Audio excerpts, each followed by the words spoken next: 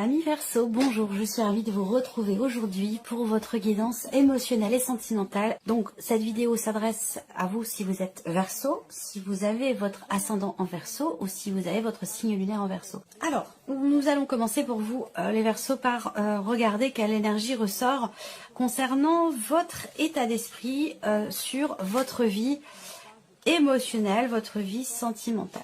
Il y a cette notion ici de doute et d'hésitation dans le fait de s'engager vis-à-vis de quelqu'un ou dans le fait de s'engager à quelque chose. Il y a une forme de flottement. Alors avec les nuages, en général, ça ne dure pas, ça ne reste pas. C'est quelque chose qui est temporaire, qui est passager. Pour d'autres ici, ça peut avoir un lien avec une énergie du passé. Il est question, vous réfléchissez à votre manière de vous engager ou dans ce que vous partagez avec quelqu'un qui fait partie du passé. Donc ça peut être quelqu'un avec qui vous n'êtes plus, c'est possible. C'est comme si vous vous tracassiez de ce que vous faites ou de ce dans quoi vous vous engagez. C'est comme si vous aviez des scrupules par rapport à quelqu'un du passé. Ça peut être quelque chose de cet ordre-là. Après là, ça peut être aussi simplement une période de flottement. Vous avez conscience de traverser une période de flottement qui est temporaire dans le cadre d'une relation, qu'elle soit amoureuse ou qu'elle soit tout autre, ou une période de flottement, de doute concernant le fait de se marier, le fait de s'engager, quel que soit ce dans quoi vous avez à vous engager. Ça peut être, c'est pas forcément l'engagement dans le sens du mariage, du pacte, c'est s'engager à quelque chose, s'engager vis-à-vis de quelqu'un, promettre quelque chose.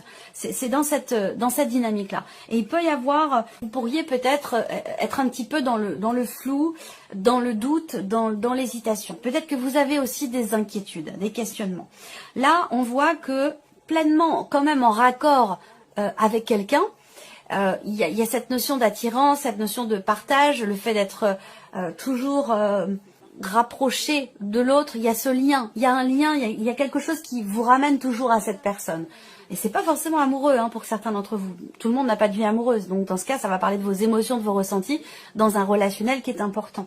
C'est comme si vous aviez conscience d'être quand même compatible avec une personne, de vous dire cette personne-là c'est ma moitié, ou c'est quelqu'un dont j'ai vraiment besoin dans ma vie, c'est quelqu'un qui est complémentaire à mes énergies. Vous avez pleinement conscience de tout cela, mais peut-être que vous avez aussi besoin de faire une pause, de souffler, de faire un break, pas forcément le break de la relation, quoique pour certains ça pourrait très bien être ça, parce que il y a ces doutes, il y a ces questionnements. Et ça rejoint ce que je vous disais ici au début. Vous avez une décision très engageante à prendre et soit certaines responsabilités ne vous permettent pas cette prise de position, cette décision, soit vous avez du mal à faire un choix, à prendre une décision. Pourquoi? Parce que justement c'est engageant pour vous. Et c'est pour ça qu'on a cette notion quelque part de doute, de questionnement. Alors ça peut être l'idée de se promettre quelque chose à soi-même, ça peut être l'idée de s'engager vis-à-vis de soi-même à quelque chose, pour un équilibre émotionnel, pour un avenir amoureux, voilà, ça peut être différentes choses, bien entendu. On voit que le tarot, qu'au niveau de votre état d'esprit, vous souffrez de quelque chose. C'est en lien avec le fait de construire un projet, consolider la relation, bâtir quelque chose de solide, de durable. Donc quelque part aussi, cette notion d'engagement, ça rejoint un petit peu. Et on voit que là, avec le 3 d'épée, il y a une souffrance ou peut-être un chagrin. Ça peut avoir un lien avec une dimension familiale, des liens du sang, par rapport à des enfants, par rapport à une famille.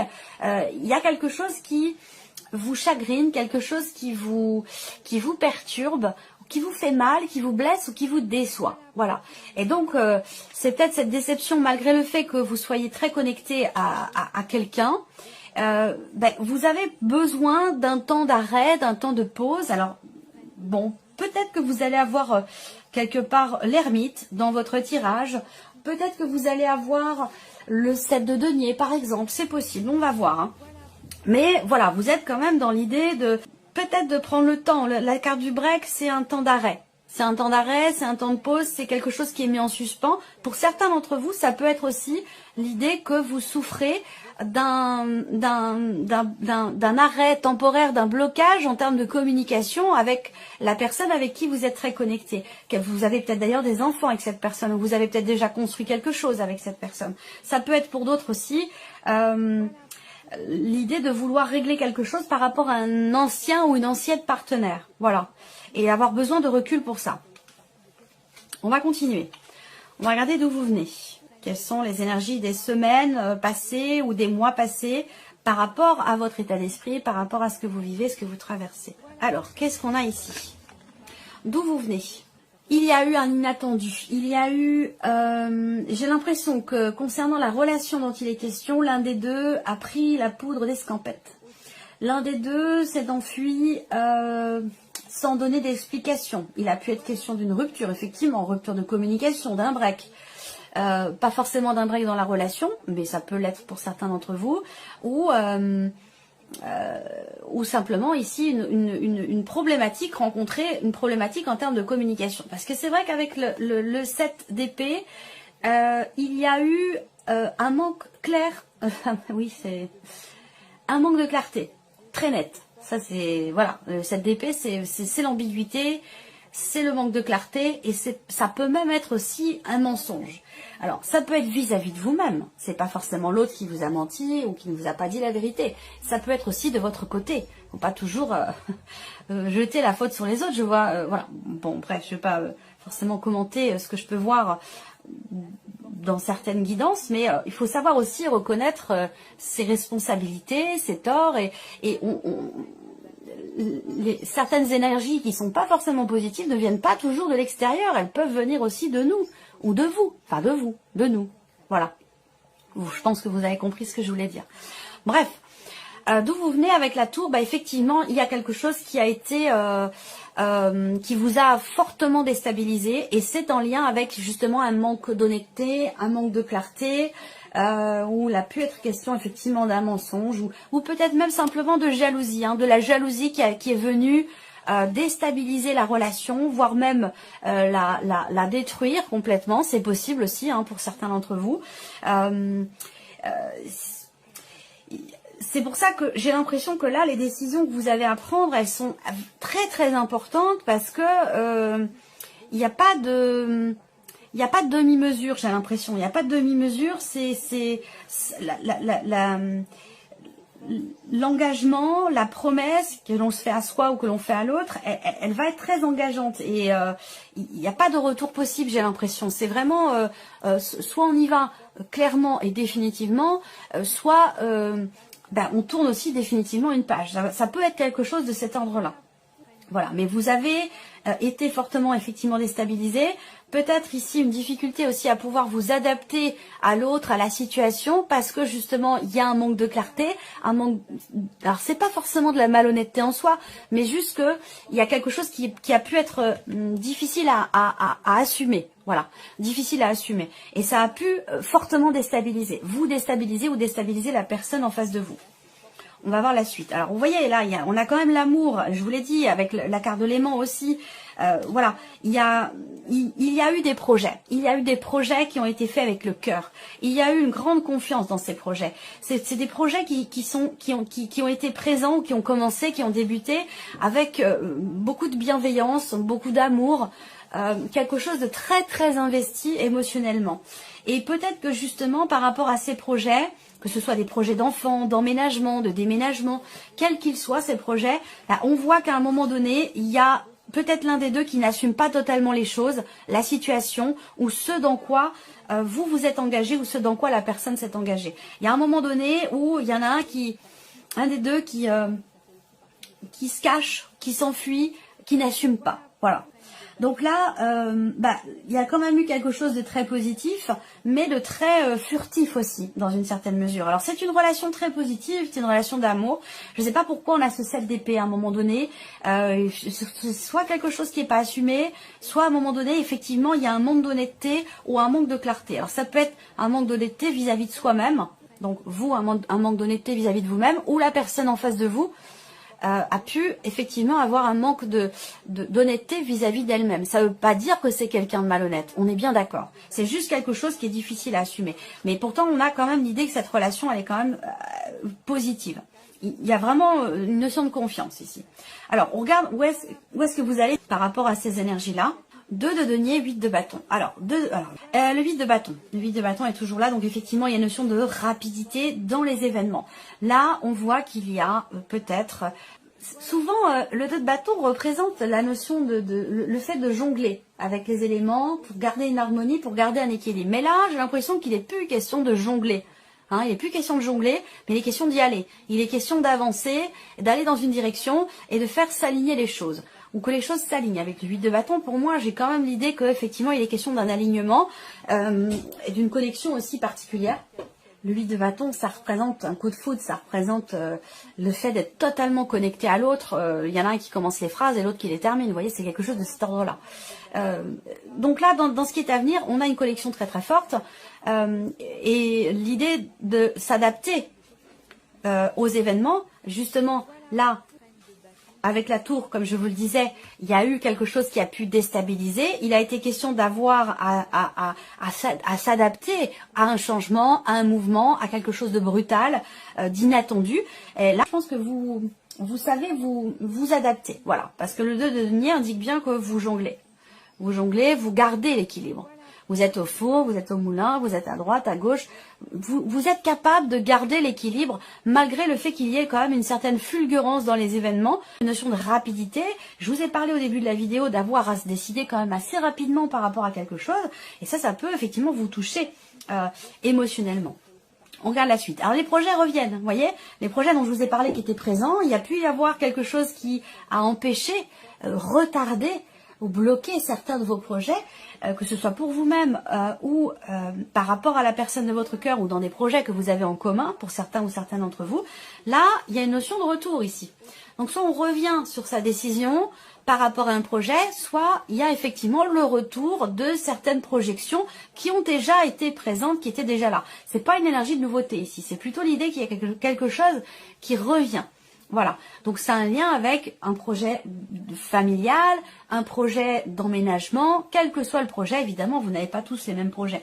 Mais voilà, il y a une notion de, soit on revient sur soi-même, on se recentre en soi, ici, il peut être question de se recentrer en soi, pour essayer de faire au mieux, finalement, avec le 2 de denier, essayer de faire au mieux pour que les choses se passent au plus près de ce que vous projetez vous. Voilà. Donc il peut être question ici de revenir sur certaines décisions. Et sinon, pour certains ou certaines d'entre vous, effectivement, ces projets du passé dont je vous ai parlé, il y a peut-être des choses, des responsabilités familiales, financières, qui ont pu retarder justement un déplacement, un déménagement ou certains de vos projets. On regarde ici, le cercueil et le cœur. Donc dans ce qui est à venir, là on a un gros changement. On a un gros changement, une transformation très importante sur le plan émotionnel ou dans votre vie sentimentale. Alors je ne vais pas forcément ici parler de séparation, de rupture ou de séparation parce que c'est pourtant ce que peuvent représenter effectivement ces cartes du Petit Lenormand ici. On peut parler effectivement le cercueil et le cœur de fin des sentiments, fin d'une relation, de séparation. Est-ce que c'est un ex ou une ex pour certains d'entre vous qui revient dans votre vie avec des projets que vous aviez déjà? C'est une possibilité. Là, je la ressens plus cette carte comme effectivement plutôt l'idée d'un changement radical. D'un changement radical où, comme je vous le disais tout à l'heure, par rapport aux décisions importantes qui sont à prendre, il n'y a pas deux poids, deux mesures. C'est-à-dire que si on y va dans cette direction, ce n'est pas pour rien. Ce n'est pas pour faire demi-tour après. J'ai l'impression que c'est quelque chose qui a peut-être déjà été vécu ou ressenti pour certains d'entre vous, certaines d'entre vous. Donc là, c'est soit les choses changent vraiment, concrètement, pour pouvoir vivre cette relation pleinement, soit c'est définitivement terminé. Et c'est exactement ce que je vous ai dit tout à l'heure. Je vous en ai parlé de ça tout à l'heure. Voilà, donc je mets ça de côté. On continue ici. Quels sont les conseils ici qui ressortent et qui vous sont donnés par rapport à ce que vous vivez, par rapport à ce que vous ressentez? Roi d'épée, 5 d'épée. Bon, ok. Alors, bon, le roi d'épée, c'est exprimer clairement les choses. Vous voyez, il y a ce côté parental qui ressort. La famille, les parents, parents-enfants, relations... famille recomposée, il y a quelque chose à régler par rapport à une dimension familiale. Il y a l'idée vraiment de prendre ses responsabilités, d'assumer aussi sa condition de femme et de ne plus se laisser influencer totalement par sa condition de mère, même si effectivement les enfants dans une vie de femme, dans une vie de parent, c'est quelque chose de primordial, de très important. il est important aussi de laisser de la place à la vie d'homme, à la vie de femme, et de ne pas se laisser forcément déborder par sa condition de parent. Voilà, c'est de ça dont il est question ici. Là, le roi d'épée, bah, évidemment, ça va être dans le cadre d'un divorce, d'une séparation, ou par rapport à un divorce qui est déjà en cours depuis longtemps. Il est peut-être question de faire le deuil de quelque chose, définitivement, pour certains ou certaines d'entre vous. Et c'est peut-être quelque chose de compliqué. Là, on a le roi d'épée qui va représenter l'homme de loi, la personne assermentée, donc dans le cadre d'un divorce, d'une séparation. Auquel cas, avec le 5 d'épée, bon, c'est compliqué. C'est compliqué parce que c'est une situation assez... on va parler de contradiction, encore une fois, on va parler de contradiction, de dualité, le conseil qui vous est donné là, c'est d'être au clair avec vous-même, et d'être au clair avec la personne qui est en face de vous. Le roi d'épée, il va pas par quatre chemins pour dire ce qu'il a à dire. Il n'est pas il n'est pas comme ça entre deux eaux. Quand il a quelque chose à dire, il le dit. Alors même si ça peut faire mal, même si ça peut blesser, le roi d'épée en général, il exprime les choses très clairement. Pourquoi? Parce que toute son énergie est dans sa tête et qu'il a réfléchi. C'est vraiment l'idée c'est vraiment pour moi le fait d'être capable, ici le conseil qui vous est donné, d'être capable quand même de mesurer vos mots. Est-ce qu'on peut ici, en carte conseil aussi, vous dire de ne pas vous laisser, d'essayer de tempérer certaines émotions, de ne pas vous laisser trop submerger par les émotions. Il n'est pas question en conseil ici d'être totalement froid et glacial face à une situation quand même assez compliquée, mais plutôt ici de mettre un petit peu certaines émotions de côté pour pouvoir régler une problématique au travers peut-être d'un échange et d'une communication, d'exprimer clairement les choses par rapport à une situation de crise, par rapport à une problématique. Voilà. Le conseil qui vous est donné là, c'est d'exprimer aussi des choses et des paroles qui sont ou qui vont être constructives, que ça serve à quelque chose. Voilà, parfois il peut être question dans une situation de crise ou difficile, et d'ailleurs on le voit avec là l'ours et le fouet, il peut y avoir des mots quand même assez violents, des mots très très désagréables. Voilà, donc là l'idée ça peut être de faire attention à ce que l'on dit, de mesurer le poids des mots et de réfléchir avant de parler, de faire attention de prendre aussi ses responsabilités. Voilà, ça va être aussi ça. On va terminer cette vidéo avec ici les deux messages qui sont sortis pour vous, le non et la carte rêvée. Alors, le non, on vous dit non, c'est compliqué. Donc, il y a une notion il y a une négation, il y a un refus ou quelque chose qui ne se fait pas ou qui est compliqué à mettre en place. On vous dit que c'est compliqué et qu'il y a certainement des choses à revoir et que ce n'est pas favorable pour le moment pour vous ou par rapport à la situation ou les projets. Et c'est ce que je vous ai dit, hein, on a une notion de blocage, de choses qui sont retardées ou reportées par rapport à des décisions importantes. On a la carte du rêve aussi, hein, en message, en conseil. On vous dit, vous rêvez beaucoup en ce moment. Ça veut dire qu'on idéalise peut-être ici quelque chose. On vous dit de cesser de réaliser le rêve des autres et de vous concentrer sur le vôtre. Donc de vous réaligner avec ce que vous désirez vous. De ne pas ici agir forcément pour les autres, mais d'agir aussi pour soi. Ça c'est important. C'est pas de l'égoïsme. C'est pas de l'égoïsme. Donc voilà, cessez de réaliser le rêve des autres et concentrez-vous sur le vôtre. Cessez de courir après le vent. Voilà pour vous, amis Verseau, j'espère que cette vidéo vous a plu, j'espère que ce tirage résonne en vous. En tout cas, je vous remercie de votre présence, de votre fidélité pour beaucoup d'entre vous. Bienvenue aux nouvelles abonnés, aux nouveaux abonnés. Et puis on se retrouve très bientôt pour les prochaines vidéos.